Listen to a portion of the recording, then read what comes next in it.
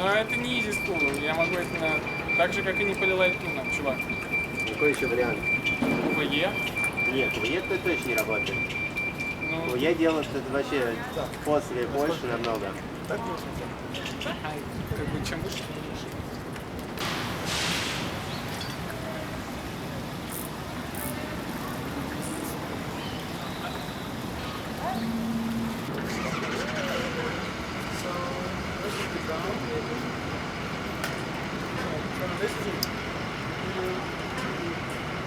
You should clap because it's like microphone on you. Yeah, that's it. Great. So Canal Convergence started over 11 years ago, and it really was a way for the city to figure out a way to beautify the waterfront, the canals. 11 years ago, it didn't look nearly as nice as what it's looking like now. Now it's very much built up. But then the canals were primarily just the canals. Water. And so Salt River Project that manages the canals came to Scottsdale Public Art and said, hey, we need to drain the canals, and when they're drained, they're ugly. Can you give us some public art intervention to place in the canals? And that's what happened. It started off as a one-day event with one artist, a local artist, who did some public art pieces. I think they were large-scale fishes that they used and walked throughout the canal. That was the first year it happened. But what they realized, it brought people. They were interested in seeing it, the power of public art, right? So since then, it became an annual event where it grew to 2 days, and then to 4 days. It became something that was focused at nighttime, and then they realized they had this convergence of three things: water, art, and light. There we are.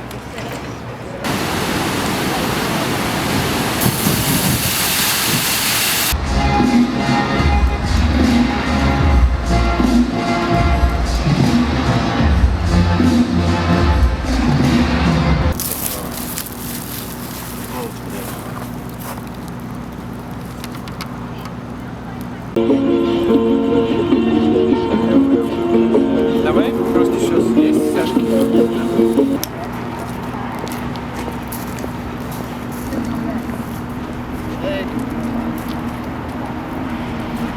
If you work, you can make it work though. It's good.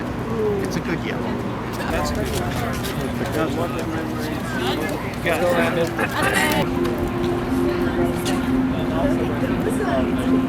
Something like that, and then we have to like give them advice, but we're just like joking, you know. Oh, it's different. But it's funny because like you say like we'll question them and then they. You can get face a little back. Get face back. No, back. There you go.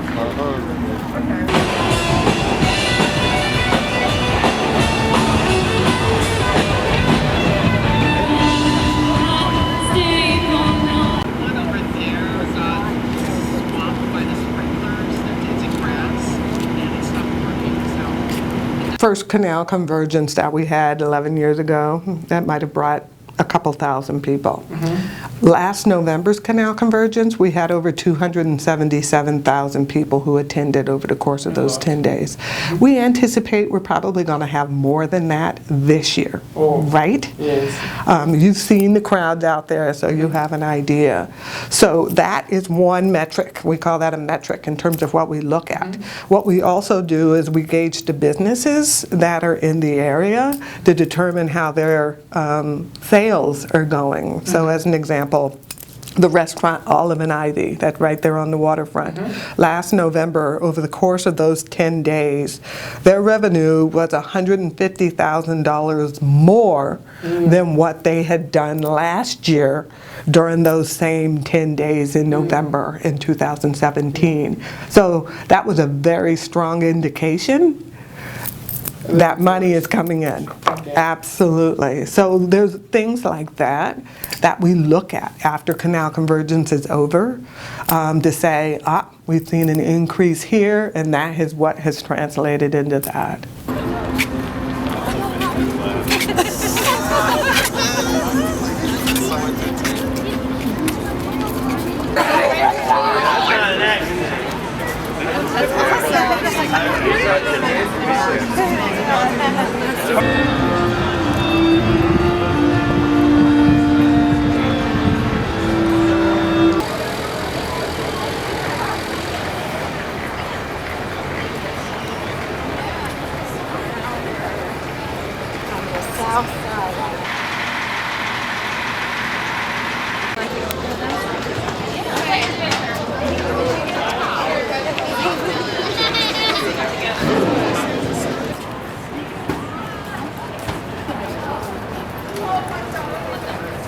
So here in the city of Scottsdale, they have two things that they passed, two ordinances. One is called the Art and Public Place Ordinance, and then one's called an Art and Private Development Ordinance.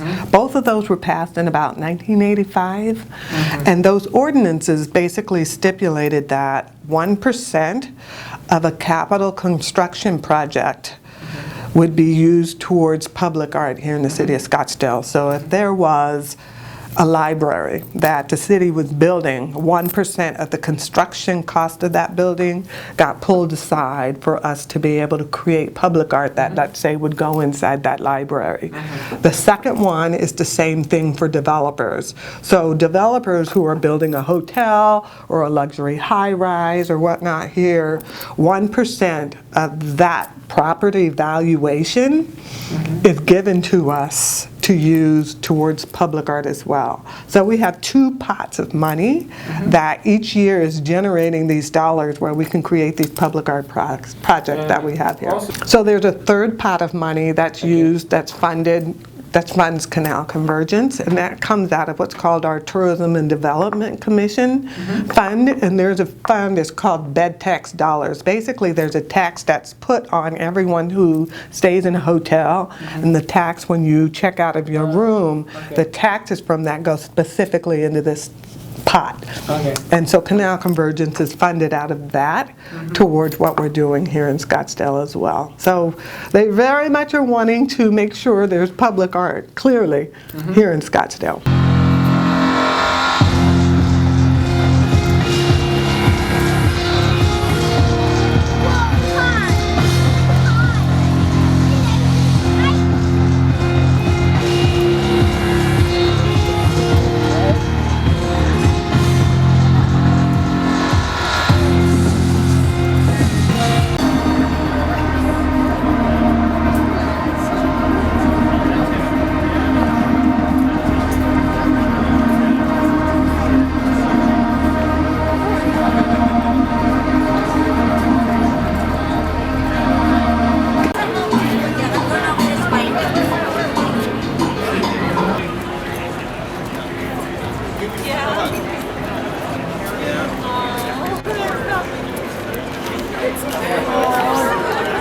When I see people standing underneath Heart Hug, as an example, I see that solving a problem in terms of bringing people together in a world where we're not coming together the way we need to, but seeing it under what is this beautiful lighted piece as well. It offers entertainment also, because folks want to come and see it and hang out, absolutely, gathering space. But I don't see that as a problem. I don't think there necessarily needs to be these layers or levels of the kinds of art you're looking at.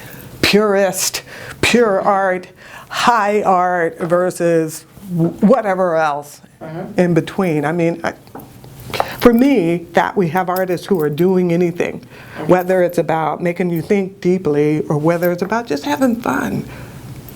That's the great thing of being an artist, yeah. Tamaresque, and that is a French word for basically selfie.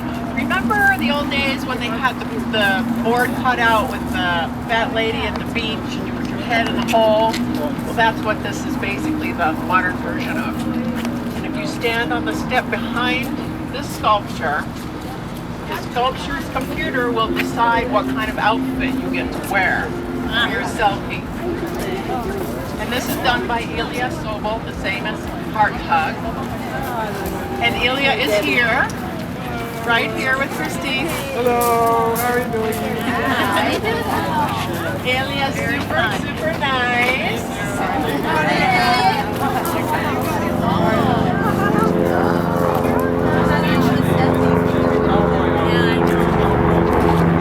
Yeah, this is a cowboy outfit.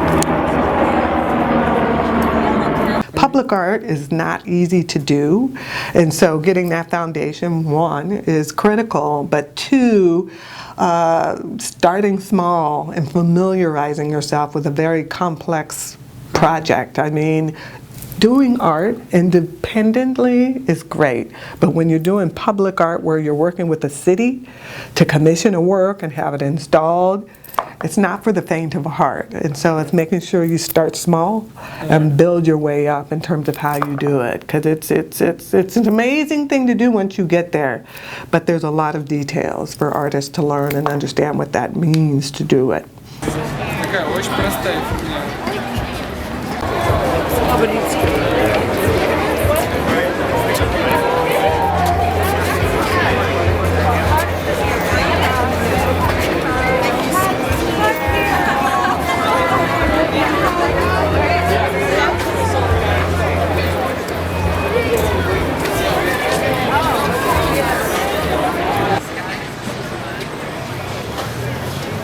Ну это бесконечный процесс, конечно. Он будет заниматься бесконечно. Stops the color randomly and it creates a shape. See, it stops the color and it creates a shape. And then somebody takes a picture.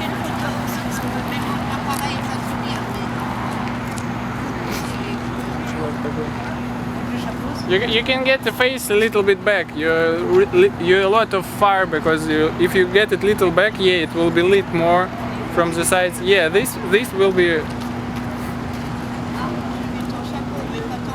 Yeah, this is much better because it's. Whoops! What happened?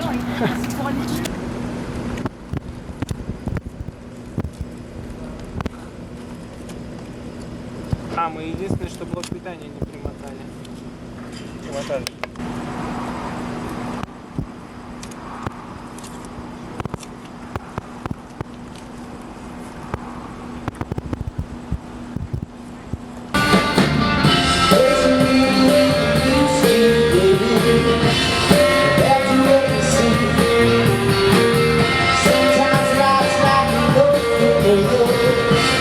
I mean, I love public art because for me it takes an environment that could be mundane, right, and just planned out as a box and turns it, beautifies it in so many different ways.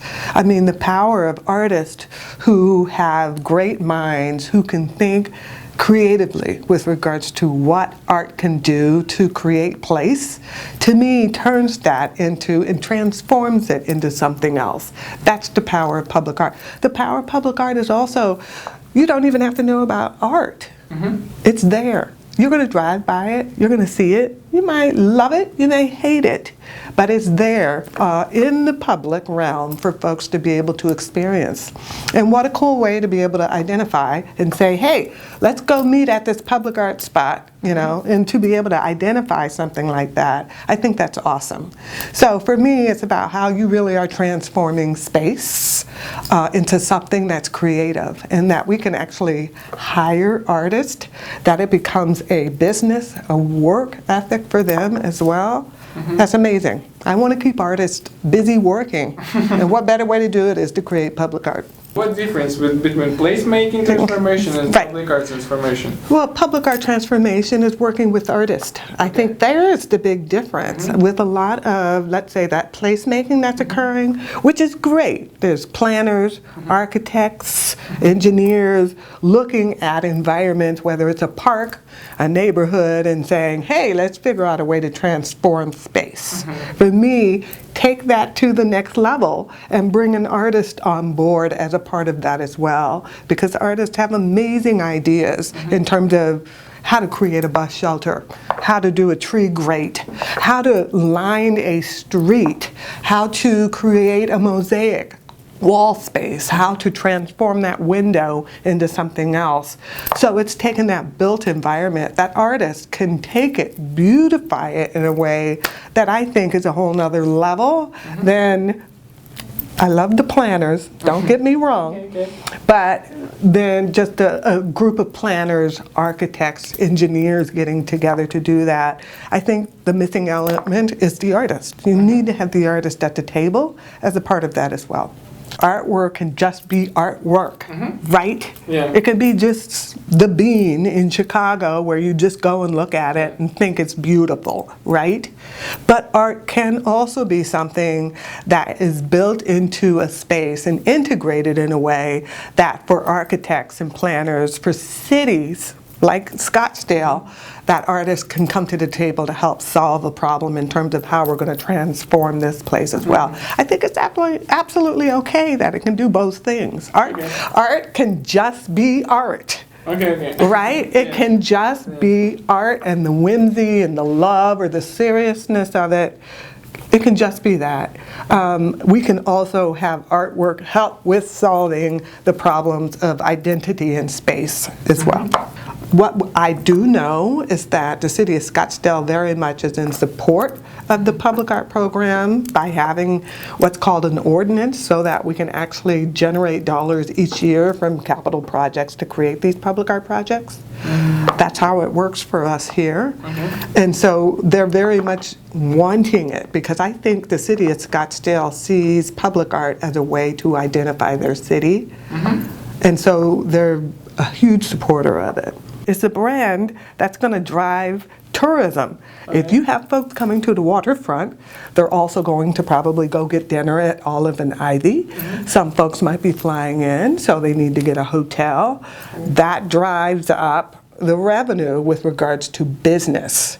So from the city's point of view, that's why they're a major funder for this, because they know they're going to have a huge return on their investment with regards to folks spending money at the waterfront. Absolutely. So, you know, being employed by Scottsdale Public Art, though, our desire is to have a cool event. And it just happens to be there. The city's desire, sure, have a cool event.